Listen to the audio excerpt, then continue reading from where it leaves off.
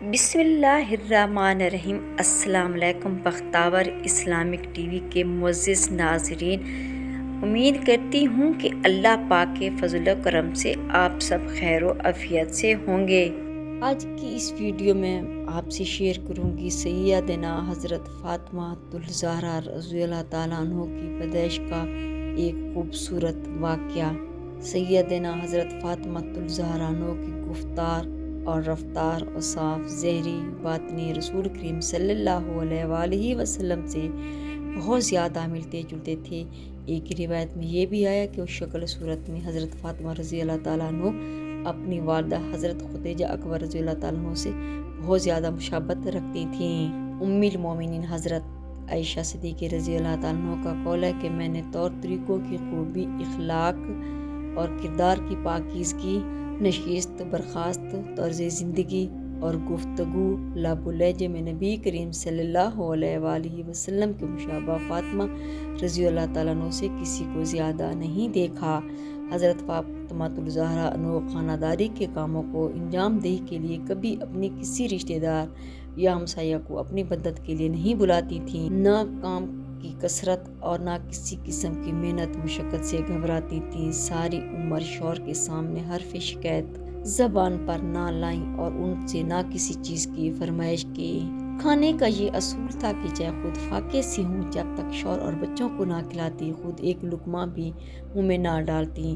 حضرت فاطمہ رضی اللہ تعالیٰ عنہ کی وفات کے بعد جب کسی نے حضرت علی رضی اللہ تعالیٰ عنہ سے پوچھا کہ آپ کے ساتھ حضرت فاطمہ الزہرا کا حسن سلوک کیسا تھا، تو آپ رضی اللہ تعالیٰ عنہ غمگین ہو گئے اور فرمایا، فاطمہ جنت کا ایک خوشبودار پھول تھی جس کے مرجھانے کے باوجود اس کی خوشبو سے اب تک میرا دماغ معطر ہے۔ اس نے اپنی زندگی میں مجھے کبھی کسی شکایت کا موقع نہیں دیا۔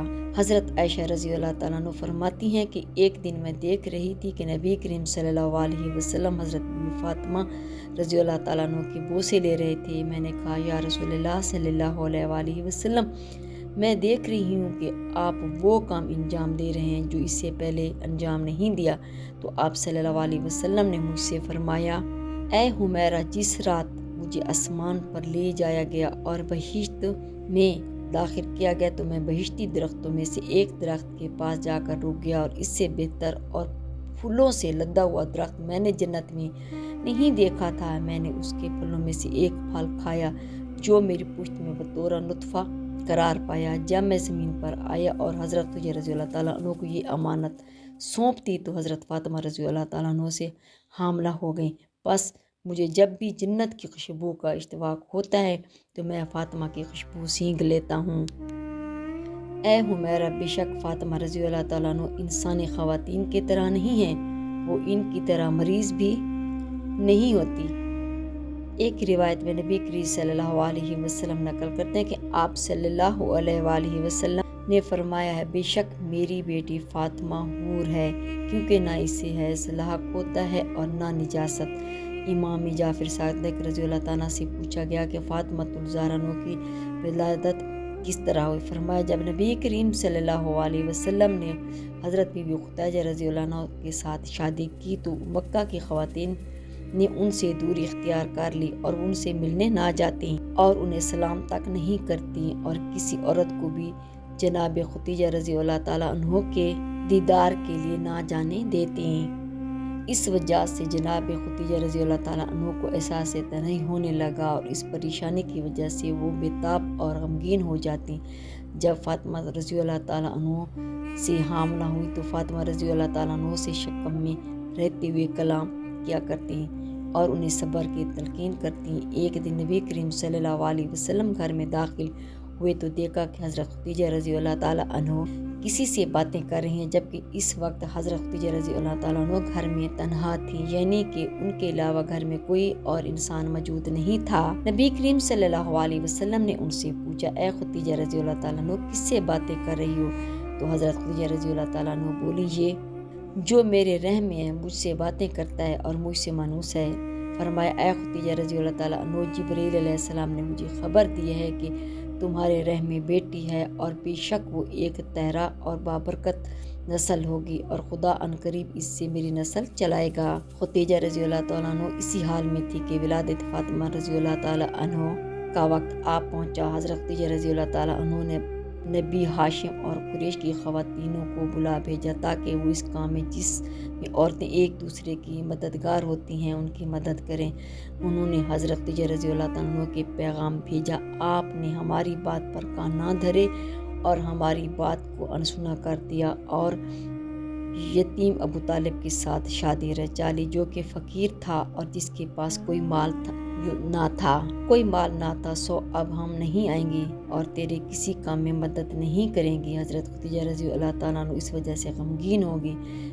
اسی عالم میں دیکھا کہ 4 بلند قد گندمی رنگ کی خواتین ان کے سامنے کھڑی ہوئی، گویا یوں لگتی تھی کہ نبی ہاشم سے ہیں۔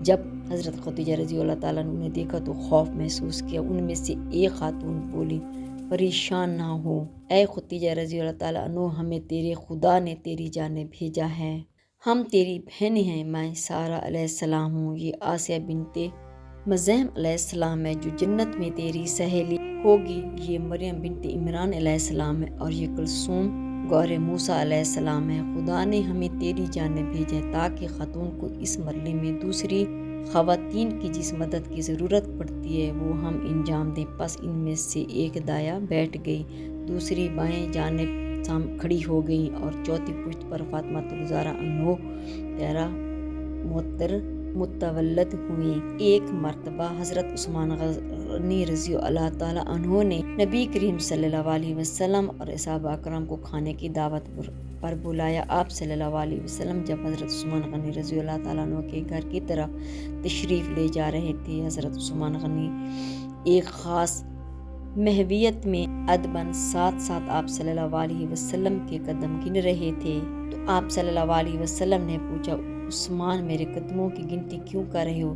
سیدنا عثمان غنی رضی اللہ تعالیٰ نے کہا، یا رسول اللہ صلی اللہ علیہ وسلم، آپ کی تعظیم و تقریر کے لیے میں آپ کے ہر قدم کے بدلے ایک غلام آزاد کروں گا۔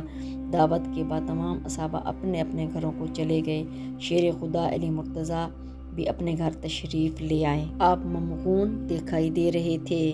سیدنا فاطمہ الزہرا نے پوچھا، آپ بہت غمگین دکھائی رہے ہیں، کیا بات ہو گئی ہے؟ حضرت علی مرتضیٰ رضی اللہ تعالیٰ نے جواب دیا، بنت رسول، میں غم کیوں نہ کروں؟ آج عثمان بن عفان نے صحابہ اکرام صلی اللہ علیہ وآلہ وسلم کی شاندار دعوت کی ہے، انہوں نے سرکار کے ہر قدم کے عوض ایک غلام آزاد کیا ہے۔ میرے دل میں رشک پیدا ہوا کہ اگر آج ہمارے پاس بھی جناب عثمان رضی اللہ تعالیٰ عنہ کی طرح مال ہوتا تو ہم بھی سرکار کی دعوت کرتے اور ویسے ہی غلام آزاد کرتے جیسا کہ حضرت عثمان نے کی ہیں۔ سیدنا فاطمہ الزہرا نے حضرت علی مرتضیٰ رضی اللہ تعالیٰ عنہ کی خدمت میں عرض کی، سرتاج حزن و ملال چھوڑیے، اپنا دل چھوٹا نہ فرمائیے اور آپ بھی حضور کی کھانے کی دعوت دیں تاکہ ہم بھی ویسی ہی دعوت کریں جیسے عثمان بن عفان رضی اللہ تعالیٰ نے کی ہے۔ مولا علی رضی اللہ تعالیٰ عنہ شہزادی سیدہ فاطمہ الزہرا کی بات سن کر حیران ہو گئے اور پوچھنے لگے، یہ کیسے ہو سکتا ہے؟ ہمارے پاس کھانے اور مال کہاں سے آئے گا؟ سیدنا فاطمہ الزہرا نے کہا کہ سرتاج، آپ اللہ رب العزت کی ذات پر توکل کریں اور سب اسباب بنا دے گا، جلدی جائیں، نبی کریم صلی اللہ علیہ وسلم کی تشریف آوری کی برکت سے سب کچھ ہو جائے گا۔ شیر خدا علی مرتضیٰ رضی اللہ تعالیٰ نے سید فاطمہ الزہرا کا جذبہ صادق دیکھا تو بہت خوش ہوئے۔ نبی کریم صلی اللہ علیہ وسلم کی بارگاہ میں جا کر عرض کرنے لگے، یا رسول اللہ صلی اللہ علیہ وسلم، آپ کے لختے جگر فاطمہ رضی اللہ تعالیٰ عنہ السلام نے عرض کیا ہے اور وہ آپ کی اور آپ کے صحابہ کی ویسی ہی دعوت کرنا چاہتی ہے جیسا کہ حضرت عثمان نے کی ہے، تو آپ تشریف لائیں۔ سیدہ فاطمہ الزہرا کی دعوت کو نبی کریم صلی اللہ علیہ وسلم نے قبول فرما لیا اور اپنے لختے جگر کے گھر کی طرف روانہ ہو گئے۔ سیدہ فاطمہ الزہرا نے نبی کریم صلی اللہ علیہ وسلم کا استقبال کیا، آپ گھر میں تشریف فرما ہو گئے اور صحابہ بھی گھر میں آ گئے۔ کاشیانہ زہرا مہمانوں سے بھر گیا، تمام مہمان کاشی زہرا میں جمع ہو چکے ہیں، لیکن آپ کے ہاں طوفاقوں کا اہتمام ہے۔ سیدہ فاطمہ الزہرا نے جائے نماز بچھائی اور سر سجدے میں رکھ کر بارگاہ رب العزت میں دعا کی، اے میرے مالک، میرے رب، اے میرے مولا تو اپنی بندی کے حوال سے آگاہ ہے۔ مالک میں نے تیرے حبیب صلی اللہ علیہ وسلم کو گھر کھانے پر بلایا ہے۔ اے دلوں کی خبر رکھنے والے مالک تو جانتا ہے کہ میرے دل کی آرزو ہے کہ میں بھی تیرے محبوب کی ویسی ہی دعوت کروں جیسے عثمان غنی نے کی ہے۔ یا اللہ تیری بندی میں اتنی استطاعت نہیں، یا اللہ میں تیرے فضل کرم سے بھیک مانگتی ہوں، اے میرے اللہ میری لاج رکھ لینا۔ مولا کریم مجھے اپنے محبوب کے روبرو شرمندہ نہ کرنا۔ مالک تیری گناہ گار کنیز ہوں، اپنے حبیب کے صدقے مجھ پر کرم فرما دے۔ آپ نے اپنی اس کیفیت میں ہنڈیا چولہے پر چڑھا دی۔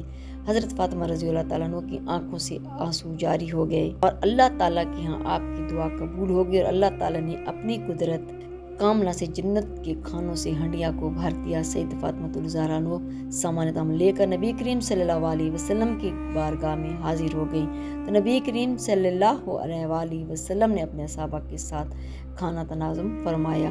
تمام صحابہ کرام نے کھانا کھا لیا لیکن ہنڈیا جو کی توں ہی رہی۔ تو نبی کریم صلی اللہ علیہ وآلہ وسلم کی قدرت کے سبب سب جانتے تھے کہ یہ تمام اہتمام خداوندی کی خاص رحمت سے ہوا ہے۔ آپ نے صحابہ کرام سے پوچھا اے میرے صحابیوں جانتے ہو یہ کھانا کہاں سے آیا تھا؟ تو پھر نبی کریم صلی اللہ علیہ وسلم نے خود ہی ارشاد فرمایا یہ کھانا جنت سے اللہ تعالیٰ نے ہمارے لیے بھیجا تھا۔ صحابہ کرام اللہ تبارک تعالیٰ کی اس نعمت پر شکر ادا کیا اور اللہ تعالیٰ کی حمد و ثنا کی۔ اس روایت کے آغاز میں یہ بتایا گیا کہ حضرت عثمان غنی رضی اللہ تعالیٰ عنہ نے دعوت کے اہتمام کے ساتھ ایک خصوصی عمل یہ بھی کیا کہ نبی کریم صلی اللہ علیہ وآلہ وسلم کے ایک ایک قدم مبارک کے بدلے ایک ایک غلام آزاد کیا تھا اور یہی عمل حضرت مولا علی مرتضیٰ ناک رشت کا باعث بنا تھا۔ ابھی غلاموں کی آزادی کا مرحلہ باقی تھا۔ دعوت کے بعد حضرت فاطمۃ الزہرا عنہ اپنی جائے نماز پر گئیں اور پھر رونے لگیں۔ آپ نے رو رو کر خدا سے عرض کی اے میرے مالک اے میرے مولا تو جانتا ہے کہ میرے پاس مال نہیں کہ خرید کر غلام آزاد کر سکوں۔ مولا میں تیرے فضل سے امید رکھتی ہوں کہ تو نبی کریم صلی اللہ علیہ وسلم کے ہر قدم کے عوض امت محمد کے گناہ گاروں کو جہنم سے آزاد فرما دے گا۔ حضرت سید فاطمۃ الزہرا عنہ دعا سے فارغ ہوئیں۔ ادھر حضرت جبرائیل علیہ السلام بارگاہ رسالت نبی کریم صلی اللہ علیہ وسلم کی خدمت میں حاضر ہو گئے اور نبی کریم صلی اللہ علیہ وسلم کو اللہ رب العزت کا پیغام دیا کہ آپ کے لخت جگر نے اللہ رب العزت سے مناجات کی کہ آپ کے ہر قدم کے عوض ایک گناہ گار جہنم سے آزاد کیا جائے۔ یا رسول اللہ صلی اللہ علیہ وسلم آپ کے ہر قدم مبارک کے بدلے 1000 گناہ مرد اور 1000 گناہ گار عورتیں جن پر جہنم واجب ہو چکی ہے جہنم سے آزاد کیے جائیں گے اور یہ سب حضرت فاطمۃ الزہرا عنہ کی شان کی کرامت کا بدولت ہوگا۔ نبی کریم صلی اللہ علیہ وسلم نے صحابہ کرام کو جبرائیل علیہ السلام کا یہ پیغام سنایا تو سب حمد و ثنا کرتے ہوئے اپنے اپنے گھروں کو لوٹ گئے۔ جزاک اللہ خیر۔ اگر میری آج کی ویڈیو آپ کو اچھی لگی ہو تو لائک کریں، شیئر کریں، سبسکرائب کریں، بیل آئکن کو پریس کریں تاکہ ہر آنے والی میری ویڈیو آپ تک بآسانی پہنچ سکے اور میری حوصلہ افزائی ہو۔ فی امان اللہ۔